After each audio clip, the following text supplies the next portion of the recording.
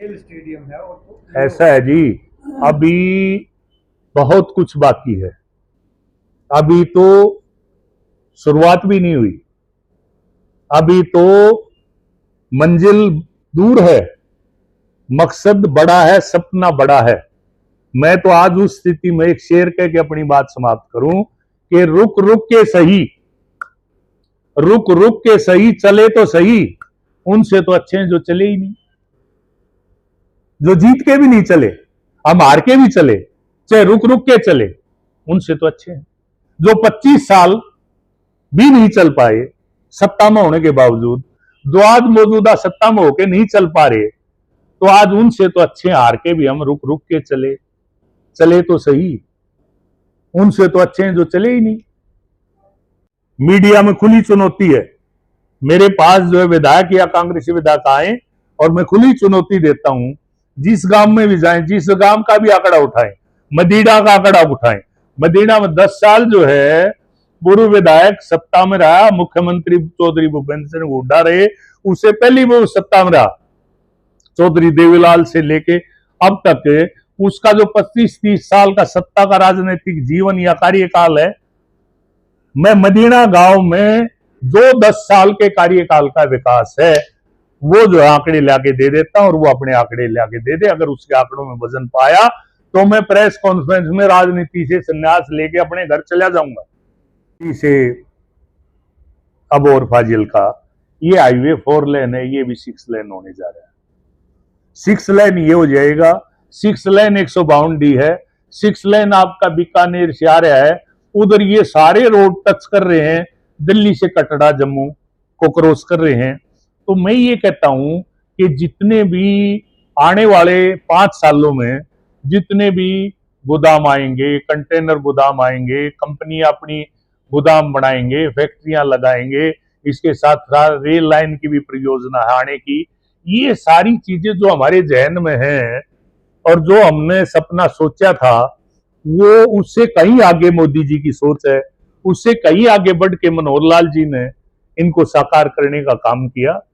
और इसके लिए मैं, लोग तो कुछ भी कहेंगे, आज जो विपक्षी हैं तो सरकार में नुक्स निकालते हैं। आज वो मेरे से पूछते हैं 600 करोड़ रुपए कहां लगाए। मैंने कहा यार 600 करोड़ रुपए भी दिखाई नहीं दे रहे। मैं 600 करोड़ तो बिना 152D के, बिना रेल के बाकी कामों की बात करता हूं। इनको ना तो मेम का विकास दिखाई देता, ना गांवों का इनको विकास दिखाई देता, ना इनको कई वाटर वर्क्स पे काम होने लग रहे हैं ये दिखाई देते, ना इनको 24 का चबूतरा दिखाई देता, ना इनको पशु अस्पताल 1881 का बना हुआ था, इन्फेक्शन हो जाता तो पशुआना वो दिखाई देता। आज हमने ज्यादातर कम्युनिटियों के कम्युनिटी सेंटर बनाए, हमने तालाबों के नवीकरण के लिए काम चल रहा है। यहाँ जो है पुरानी जो म्युनिसिपल कमेटी है उसके अंदर जो है 2 करोड़ से लगभग का जो है ई लाइब्रेरी नौजवानों के लिए जो है अभी टेंडर होने वाले हैं। तो ये सारी चीजें गांव में, जिस गांव में आप जाइए, हर गांव में विकास का मेरा ये दावा है, आंकड़े झूठ नहीं बोलते। जो सोशल मीडिया पे चंद लोग 1500 रुपए की दुकान चलाते हैं और वो जाके कहते हैं कि बहुत जमालपुर के सरपंच को कि जी आपके पास कितने पैसे है, अरे सरपंच बने हुए 6 महीने साल हुआ है, उसने कहा 8 लाख रुपए आए, तो वो चिल्लाना शुरू कर देता, कहां गए 600 करोड़। अरे 600 करोड़ में पिछले 5 साल की बात कर रहा हूं, पिछले सरपंच का या पिछले 5 साल का रिकॉर्ड उठा के देखिए उस गांव में कितना पैसा लगा। झूठ झूठ, मैं झूठ और लूट के खिलाफ इस राजनीति में आता। राजनीति मेरा कोई धंधा नहीं, राजनीति मेरा कोई जुनून नहीं, जुनून है मेरा, राजनीति को मेरा प्रोफेशन नहीं है, धंधा नहीं है। मैं यहाँ था एक नारे को लेकर लूट और झूठ के खिलाफ चुनाव लड़ा 2009 में।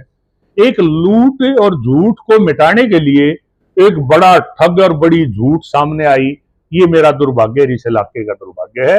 लेकिन वो बाबू काशीराम ने कही थी कि पहले चुनाव हारूंगा, फिर हराऊंगा और फिर जीतूंगा।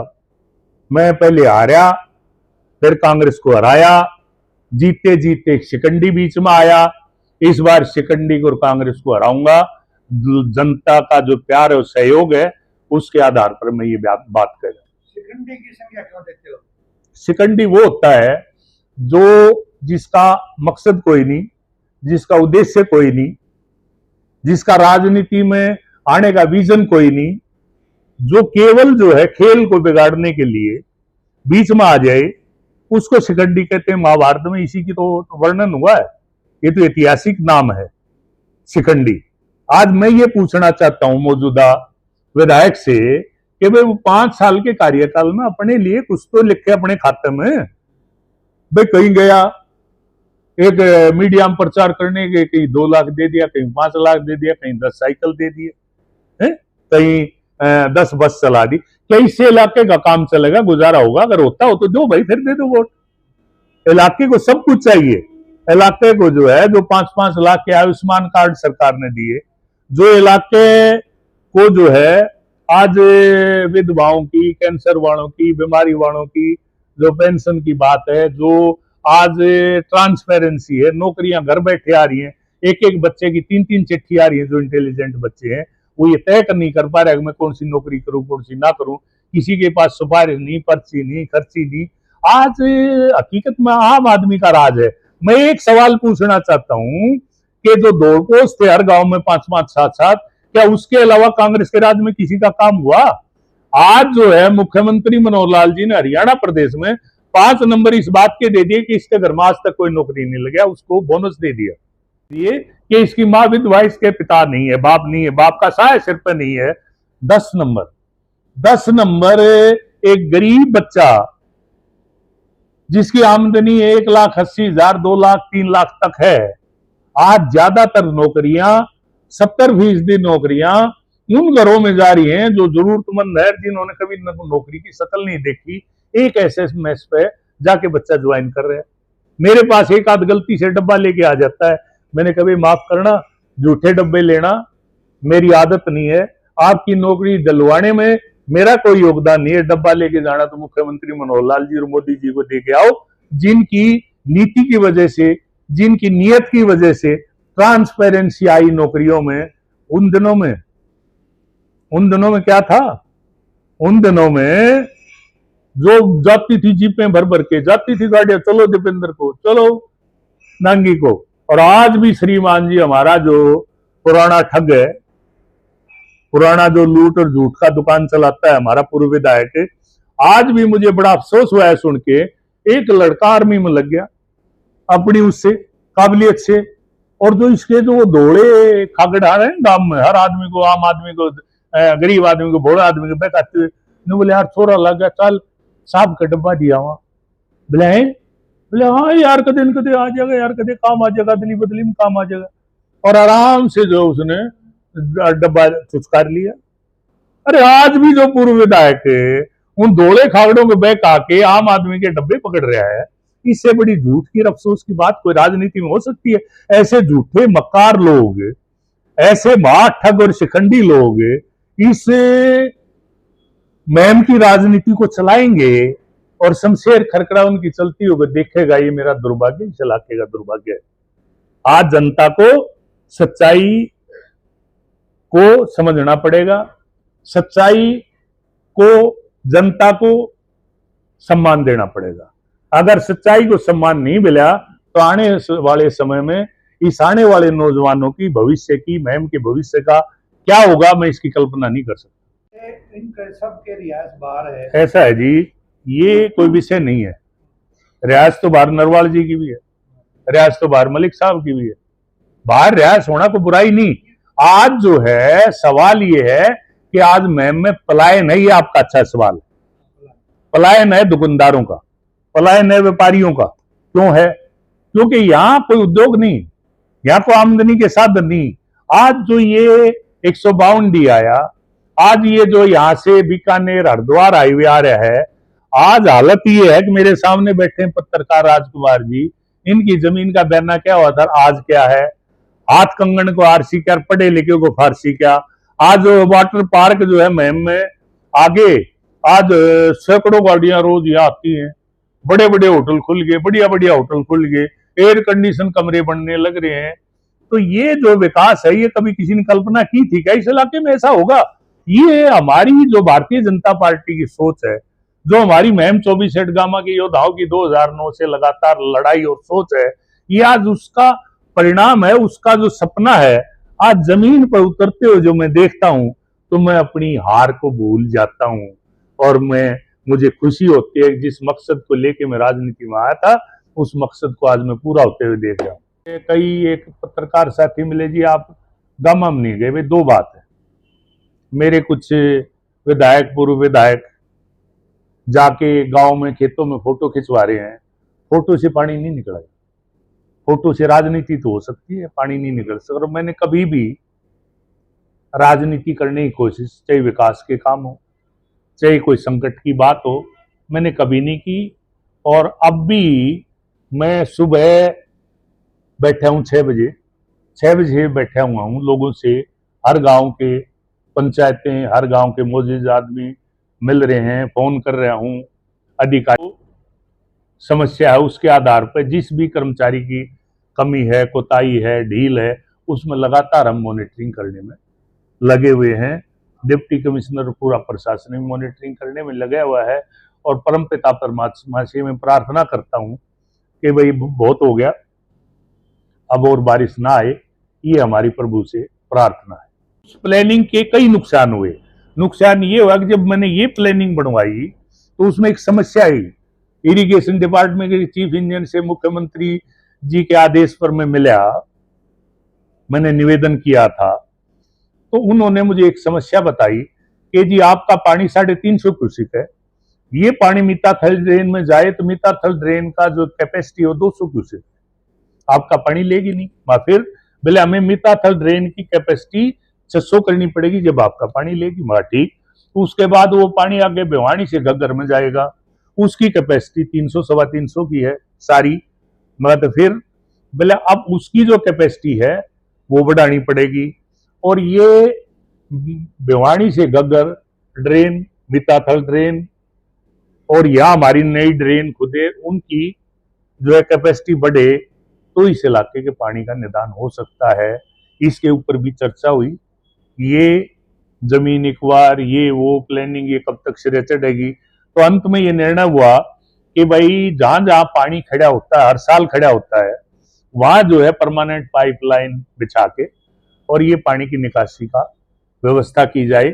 उसके लिए 51 करोड़ रुपए भी मंजूर हुए, लेकिन बारिश उम्मीद से ज्यादा थी, किसी को उम्मीद नहीं थी बारिश इतनी आएगी। और वो सारा सिस्टम था वो धरा धरा रह गया, वो किसी काम नहीं आया। हाँ, एक काम आएगा कि भाई ये जो पानी जो 1 महीने में, 1.5 महीने में, 1995 में 3 महीने में निकला था घरों में से, वो पानी जो है अब 10 दिन में, 5 दिन में उम्मीद है कि निकल जाएगा।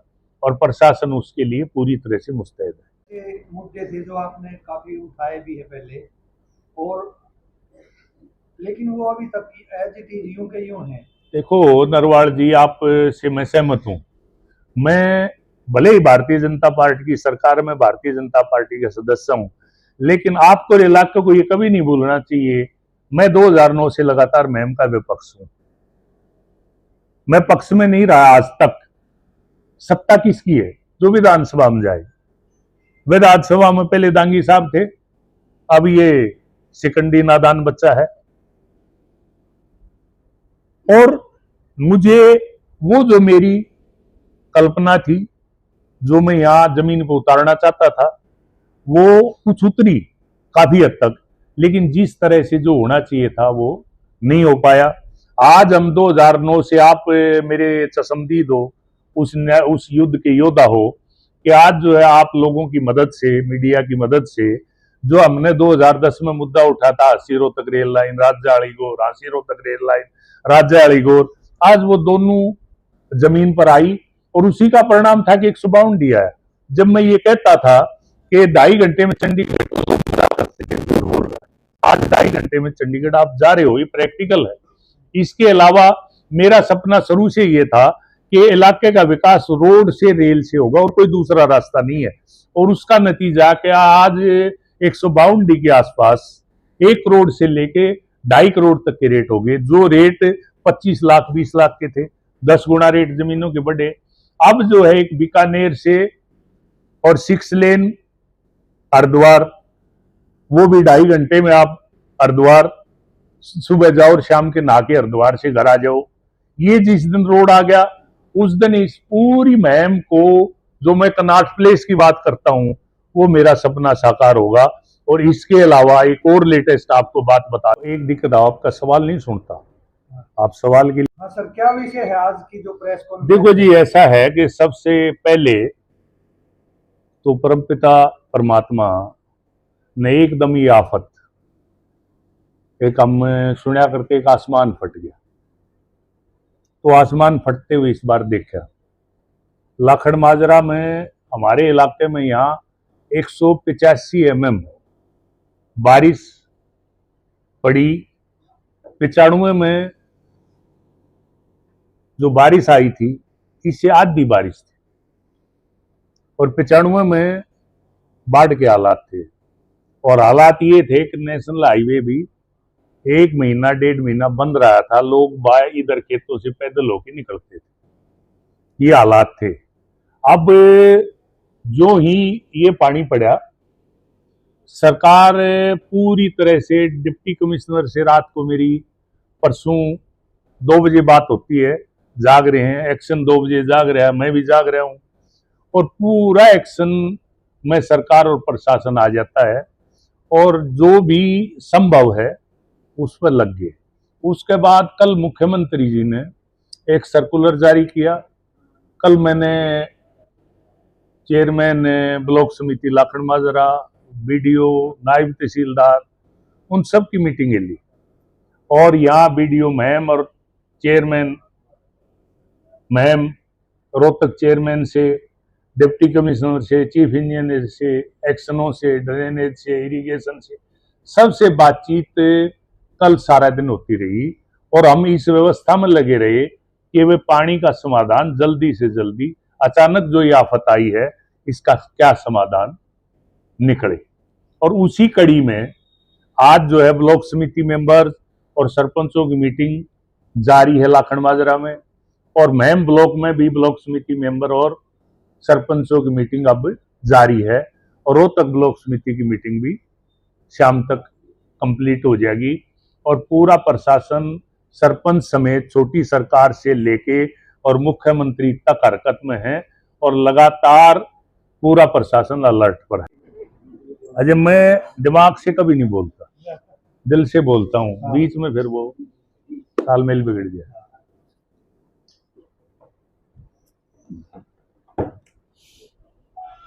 नून दरियो लो, ये बोल लेगा ना।